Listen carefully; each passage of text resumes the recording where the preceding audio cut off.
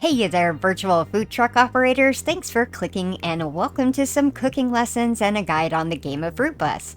I have already featured this before on the channel, but after playtesting the game over a year ago and finishing it after full release, I could offer some fun tips for those who are getting started and show the features for those who are interested in buying but want to see what it has to offer.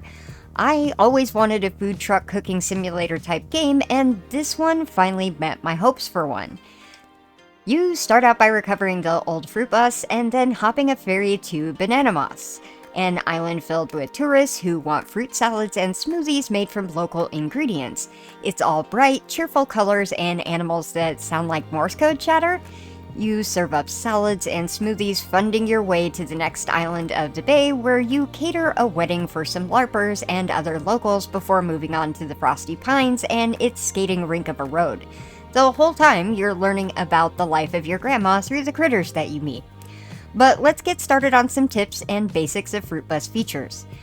The full game menu consists of salads, smoothies, sandwiches, soups, and stir-fries, with the fresh ingredients sourced around you from the beautiful Bananamas, Breezy Bay, and Frosty Pines. To make a simple salad, chop ingredients on the countertop into bits with furious clicking, and then chuck them into a bowl while trying to find the most absurd flavor combinations imaginable outside of the direct tourist orders that you're given. To get to step 2 smoothies, we chop and then we dump directly into the blender jug on the countertop. You hit the button on the blender and the assorted ingredients will liquefy into bright colored layers, eventually mixing together with a burst of swirls and stars to signal when it's finished. Then you just pour into a cup and serve.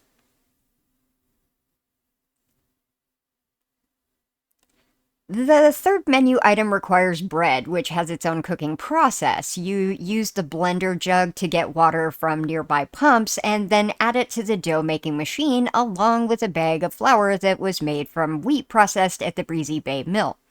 Transfer the dough to the baking pan, drop the pan with the dough down into the oven, and bake using the timer on the stovetop. When it's finished, remove and slice the bread for sandwiches. Serve sandwiches on one slice of open-faced bread with the requested or optional fruits or vegetables chopped up on top.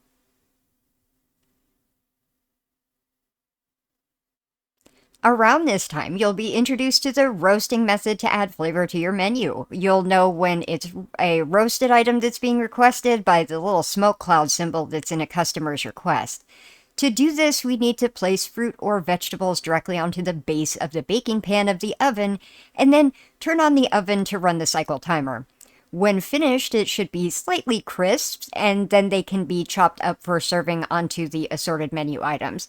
And we can also toast bread in this same way and make it into croutons by chopping it up.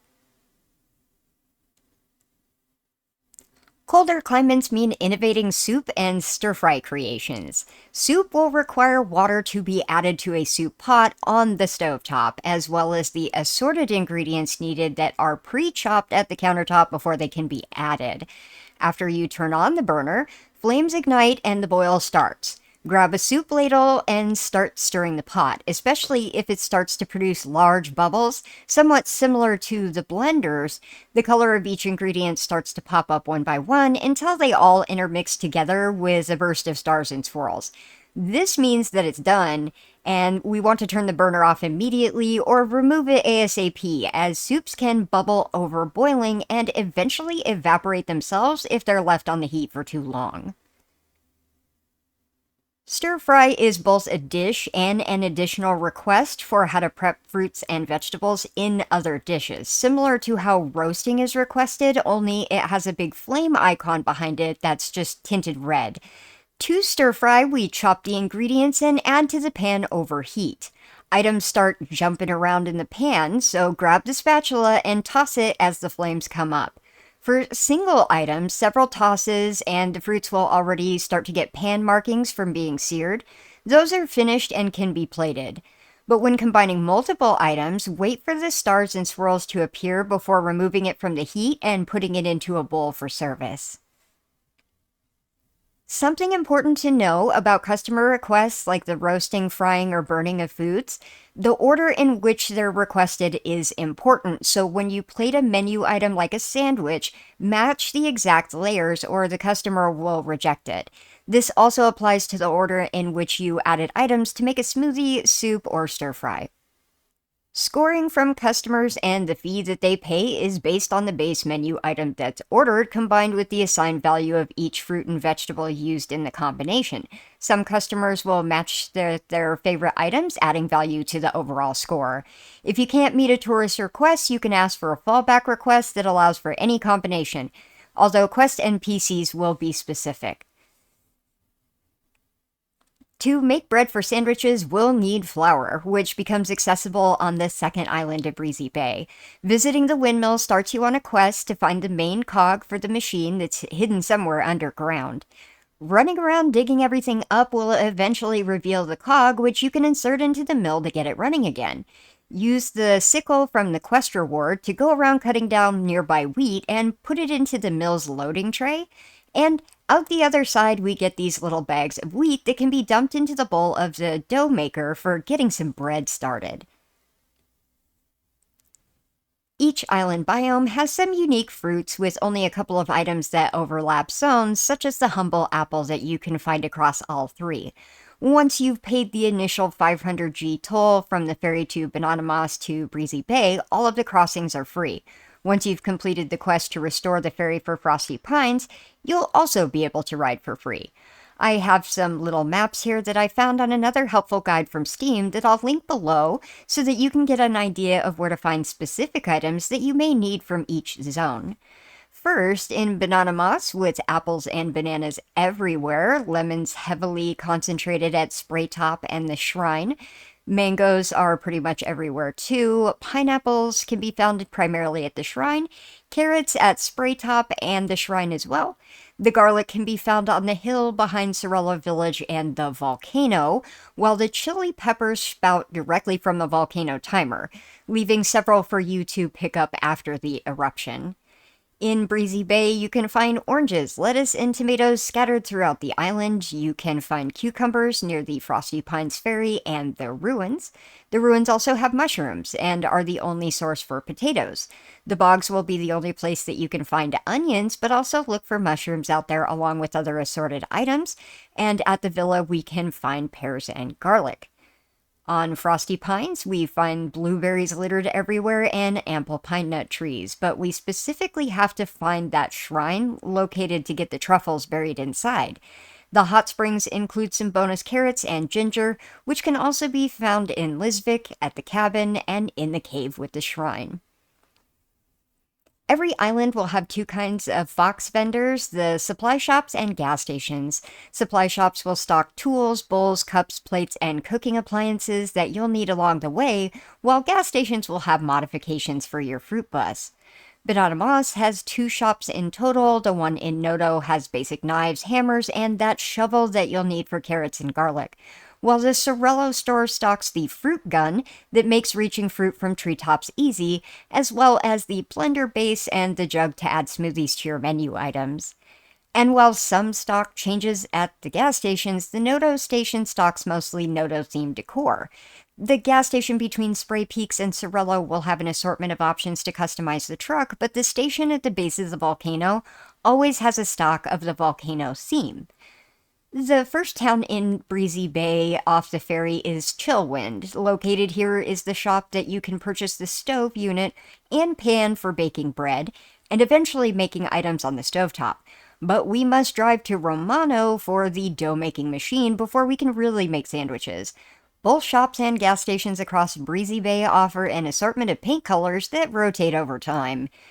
There are 3 gas stations in Breezy Bay, one located near the ruins, another on the coast between the windmill and the villa, and another at the entrance of the bog, which stocks the turbo booster that you'll need to get around, as well as the campground decor set. There's only one shop and one gas station in Frosty Pines, both located around the town, down the road from the ferry. The shop stocks soup and stir-fry pans along with ladles and spatula tools. Customizing your Fruitbus requires 2 tools, a hammer for the interior flat packs, or a wrench for the exterior modifications. We may have to utilize the provided mechanics platform to do things like adding a topper to the Fruitbus, but most things can be added from the ground.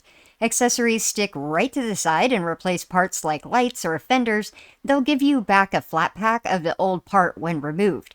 And if you're worried about how to store all these decorations, find the Cowardly Lion living in what looks like a giant shell on Bananamas for a quest chain that ends in getting this helpful storage wall unit.